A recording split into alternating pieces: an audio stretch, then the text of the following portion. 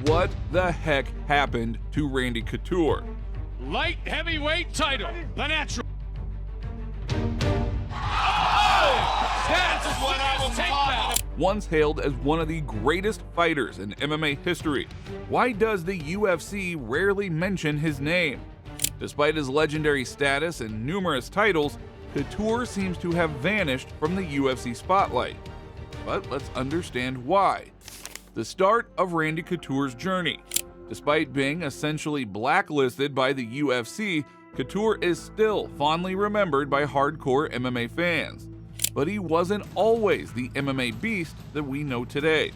After high school, he joined the US Army back in 1982, where he kept wrestling while serving his country. And let me tell you, wrestling was his thing. While in the Army, Randy wrestled on the Greco-Roman team and even trained for the Olympics. Though he never made it to the actual Olympic matches, he was an alternate in 1988, 1992, and 1996. Not bad for a guy that was balancing Army life and wrestling, right? I think so. I was obviously 19 to 25 years old. It was a formative time in my life. I think I look at the world in a particular way, an attention to detail. Well, after leaving the military in 1989, Couture kept his wrestling skills sharp and even went on to become the NCAA runner-up in 1991 and 1992. The guy was just born to wrestle. But Randy wasn't content with just staying on the mats, he wanted more. After his Army days, Randy took up a gig as a wrestling coach at Oregon State University. He kept at it until 1997, but that same year, his life was about to change. Enter MMA. It all started with UFC 13. Randy wasn't even supposed to be there, but when they needed an alternate last minute, guess who stepped up? Yep, Couture got the call just 3 weeks before the event. But Randy was no rookie. He had been training for years and was ready to throw down. Why at 33 are you deciding this is your path? I mean, it's when I got exposed to the sport. I saw other guys I knew from the wrestling world because I'd spent most of my life as a wrestler. Randy's explosive MMA debut. So there he was, May 1997, UFC 13.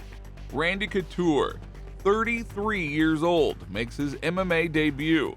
He jumps into the heavyweight division, and for his first fight, Randy goes up against Tony Halmy. Now Couture didn't mess around. He took Tony down and locked in a rear naked choke in just 60 seconds. That's right, 60 seconds, and Tony was tapping out. Not a bad way to start off your MMA career. Later that night, Randy stepped into the finals against Stephen Graham. Now Graham was bigger, but Randy didn't care. He took him to the ground and just dominated him, securing his first tournament win. It was the perfect start to what would be an unforgettable Hall of Fame career. Fast forward a few months to October 1997. Randy's next big challenge came in the form of Vitor Belfort. Belfort was a 19-year-old phenom known for his killer KO power. He was knocking out everyone, left, right, and center. Everyone thought Randy would be the next guy on Vitor's highlight reel, but Randy had other plans. The fight started and the two were feeling each other out. Vitor even tore Randy's shorts during a takedown attempt, but Randy kept his cool and stuck to his game plan. He took Vitor to the ground and controlled him. Belfort fought back, but Randy's relentless ground and pound eventually overwhelmed him, giving Couture the victory by TKO. That win set up Randy for his next big challenge, the UFC Heavyweight title, becoming UFC Heavyweight Champion. Randy's next opponent, UFC Heavyweight Champ Maurice Smith. Smith was a seasoned striker, and when the fight started, he came out strong, landing some solid shots. But Randy had a game plan, and it all came down to his wrestling. He took Maurice down repeatedly, kept him on the ground, and landed heavy ground and pound. After a grueling 21-minute fight, Randy was declared the winner by decision, officially making him the UFC Heavyweight Champion. Leaving UFC for Vale Tudo, Japan. Now, you would think that Randy would stick around and defend his belt, right? Wrong. Instead, Couture surprised everyone by leaving the UFC and signing with Vale Tudo, Japan. The move was unexpected, and because of it, Randy was stripped of his UFC title. His debut in Vale Tudo didn't go exactly as planned though. In October 1998, Randy faced Enson Inoue. Couture went for an early takedown, but Inoue caught him in an armbar, and Randy was forced to tap out just 99 seconds into the fight. A rough loss for the former UFC champ, no doubt. A comeback through rings. But Randy wasn't done.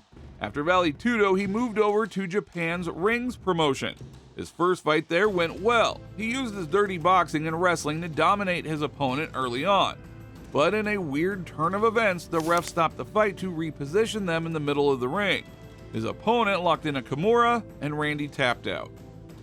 UFC Heavyweight win. Well, after this rocky patch in February 2001, Randy Couture was back in the Octagon, this time challenging UFC Heavyweight champ Kevin Randleman at UFC 28.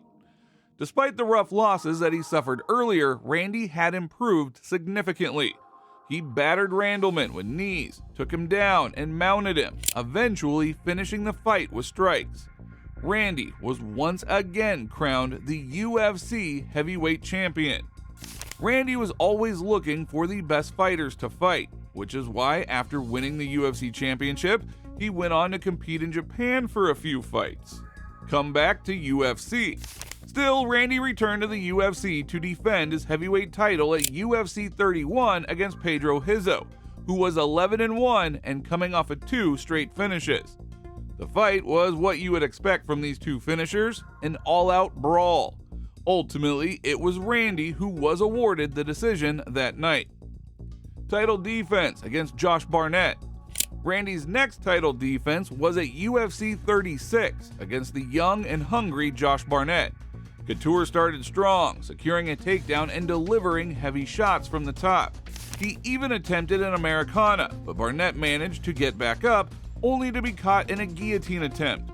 In the second round, Randy controlled most of the action with his ground and pound, but Barnett scrambled out and started landing shots of his own, eventually stopping the fight. Barnett became the new UFC Heavyweight champion, but his reign was short-lived. He tested positive for anabolic steroids and was stripped of the title. Now, if this would have happened today, Randy would likely have gotten his belt back, but instead he fought for the vacant title against Rico Rodriguez, a fight that he would lose in the final round. The move to light heavyweight. After back-to-back losses to bigger opponents, Randy made the decision to drop down to light heavyweight for the first time in his career. This change in weight class is what brought about the golden period of the UFC light heavyweight division. His first fight at 205 was against the dangerous Chuck Liddell, with the winner earning the interim light heavyweight title. Chuck was 12-1 and widely regarded as one of the best in the division, making Randy the underdog.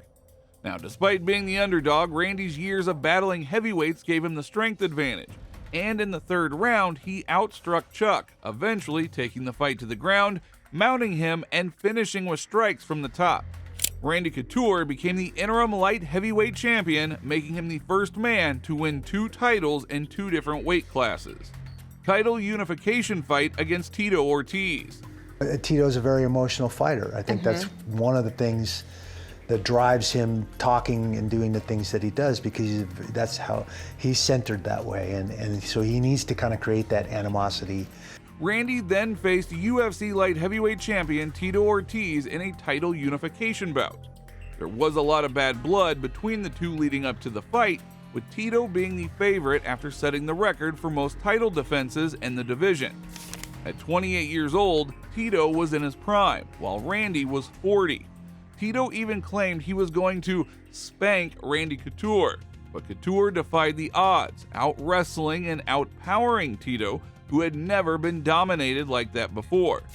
Near the end of the 5th round, Randy made Tito eat his words by literally spanking him, sealing the unanimous decision and becoming the undisputed light heavyweight champion. Tito, despite being disappointed, showed respect by wrapping the belt around Randy's waist. The rivalry with Vitor Belfort. Now, in January 2004, Couture faced Vitor Belfort for the second time. The fight ended in just 49 seconds after Vitor accidentally grazed Randy's eye with a punch. The doctor stopped the fight, and Vitor became the new light heavyweight champion. But the rubber match went down at UFC 49, and Randy left no doubt this time. He dominated Vitor from start to finish, controlling him in the clinch and on the ground. In the second round, a headbutt caused a cut above Vitor's eye, and the doctors eventually stopped the fight before the fourth round. Randy won the light heavyweight championship once again. Rematch with Chuck Liddell.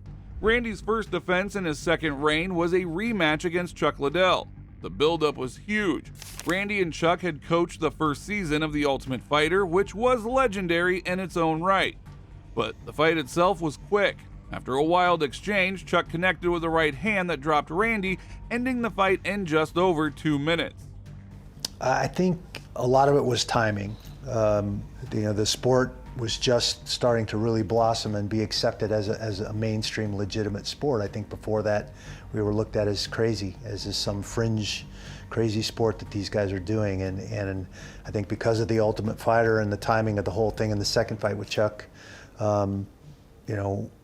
after things exploded. Third fight with Chuck Liddell and retirement. After a bounce-back win against Mike Van Arsdale, Couture faced off against Chuck Liddell for the third time at UFC 57. Early in the fight, Randy looked sharp, landing some solid shots. But Chuck, always dangerous, rocked Randy and had him in trouble before Randy secured a takedown. Liddell quickly popped back up and Randy controlled him in the clinch. In the second round, Randy was picking his shots well and seemed to be in control, until he rushed in and got clipped by a right hand from Chuck. Liddell followed up with ground strikes, and the fight was stopped by referee John McCarthy. After this fight, Randy announced his retirement, Hall of Fame induction, and comeback. In June of that year, Randy was inducted into the UFC Hall of Fame, a fitting honor for a true legend. But retirement didn't last long. Randy announced his return to the Octagon, this time to challenge UFC Heavyweight champion Tim Sylvia, outclassed Sylvia, winning a record-breaking third UFC Heavyweight title at 43 years old, a feat that still stands as a testament to his incredible career. I've always been impressed by you, but I'm blown away. I have nothing to say. Please talk. Not bad for an old man. Issues with the UFC and the Brock Lesnar fight. Randy even successfully defended his title against Gabriel Gonzaga before his issues with the UFC started boiling over. After his victory, he found himself in a dispute with the UFC over pay and the organization's failure to sign Fedor Emelianenko. Upset that he was being paid less than Chuck Liddell, who was on a losing streak, Randy vowed to sever ties with the UFC. However, after lengthy contract negotiations, Randy returned 15 months later to fight Brock Lesnar at UFC 91. Like many of Randy's previous opponents, Brock was much bigger, and his wrestling skills made him a tough matchup, followed by Hammer Fist, taking the UFC heavyweight title away from Randy. Last few fights. Randy Couture faced off against former interim champ Antonio Rodrigo Nogueira after losing his belt. And right from the start, it was a dirty boxing battle, but Nogueira dropped Randy and almost caught him in a Darce choke. Randy toughed it out, and the fight became a war, with both guys landing big shots. In round 2, Randy got on top, but Nogueira reversed him and nearly locked in an arm triangle. Nogueira controlled most of the fight and won by unanimous decision. After 2 heavyweight battles that were very tough, Randy dropped back down to 205 pounds and faced Brandon Vera. Vera's reach and kicks were dangerous, but Randy's relentless clinch work earned him a close decision win. Next, he took on UFC Hall of Famer Mark Coleman, dominating him before finishing with a rear naked choke. Randy's infamous fight came at UFC 118 against boxing champ James Toney. Randy took him down easily and finished with an arm triangle in 3 minutes. Randy announced that his next fight at UFC 129 against Lyoto Machida would be his last. In front of a massive crowd of over 55,000 people in Toronto, Canada, Machida delivered a highlight reel crane kick that knocked Randy out cold, even causing him to lose a tooth. In his post-fight interview, Randy confirmed that he was officially done with fighting. Over a 14-year career, Randy Couture went 19-11, won the UFC Heavyweight Championship 3 times, and captured the UFC Light Heavyweight Championship twice. But the numbers, they don't tell the whole story. 15 of his 30 career fights were for the UFC title, and he won 9 of those. Randy fought at the highest level for nearly his entire career, starting at the age of 33 and staying competitive well into his 40s. He was the king of the clinch, using his Greco-Roman wrestling to popularize dirty boxing, where he pummeled opponents with strikes in close quarters. Randy's ability to adapt and thrive in both heavyweight and light heavyweight divisions made him a pioneer, becoming a 2-division champion before it became a trend. The impact of Randy Couture. Randy Couture did more than just fight. He helped elevate the UFC from a gritty underground spectacle to the polished global juggernaut that we know today. He was there before the Fertitta brothers bought the UFC and saw every phase of its transformation. His legendary rivalry with Chuck Liddell along with Tito Ortiz put the light heavyweight division on the map. Together, these 3 fighters helped make the UFC what it is today, with Randy being one of the key figures pushing the sport forward. Even in his late 40s, Randy's success in the heavyweight division only added to his legacy. When he faced Brock Lesnar, it was a passing of the torch in a way. That fight gave Lesnar the legitimacy he needed and set the stage for his epic rematch with Frank Mir. It also brought a whole new wave of fans into the sport, bridging the gap between MMA and pro wrestling. From the late 90s through 2011, Randy was a part of nearly every significant UFC milestone. His name will always be etched in MMA history, and his induction into the UFC Hall of Fame only cemented that. Even after retiring, Randy survived a heart attack in 2019, and in true Couture fashion, walked himself to the hospital. Now that's Randy, tough as nails and never backing down. The rift with Dana White. Now here is something that baffles a lot of fans. You don't see much of Randy Couture on UFC broadcasts these days. Unlike other legends, Randy's highlights are not plastered all over UFC content, and his name is rarely brought up. Why is that? Well, it all comes down to his rocky relationship with UFC President Dana White. Things between Randy and Dana started to sour years ago. When the Fertitta brothers bought the UFC in 2001, the new regime asked fighters to sign over their ancillary rights, basically giving up the rights to their likeness and more. Randy was not on board with that idea, and this created a lot of tension between him and Dana. Their relationship only got worse when Randy left his UFC analyst job to take a higher paying gig with another organization. Dana was not happy about that, and since then, Randy has been pretty much blacklisted from UFC promotions. That is why you won't find many UFC-produced highlight reels of Randy Couture on YouTube. But even though Randy and Dana have their differences, Couture does not hold a grudge. He has always acknowledged that Dana and the Fertittas saved the UFC and helped turn it into a global powerhouse. Randy just has one main concern: the revenue split between fighters and the UFC. He has been pushing for fighters to get a bigger share of the money because, as he sees it, fighters are the one putting it all on the line. Finding a new home in the PFL. After stepping away from the UFC, Randy found a new home with the Professional Fighters League, the PFL. He serves as the lead analyst for their ESPN broadcast, and the PFL even made a documentary about his legendary career. Randy likes what the PFL is doing. They're focused on building the sport in a way that's better for fighters, without trying to directly compete with the UFC. He also ventured into acting and owns and runs his own gym, contributing and bringing up the next generation of MMA fighters.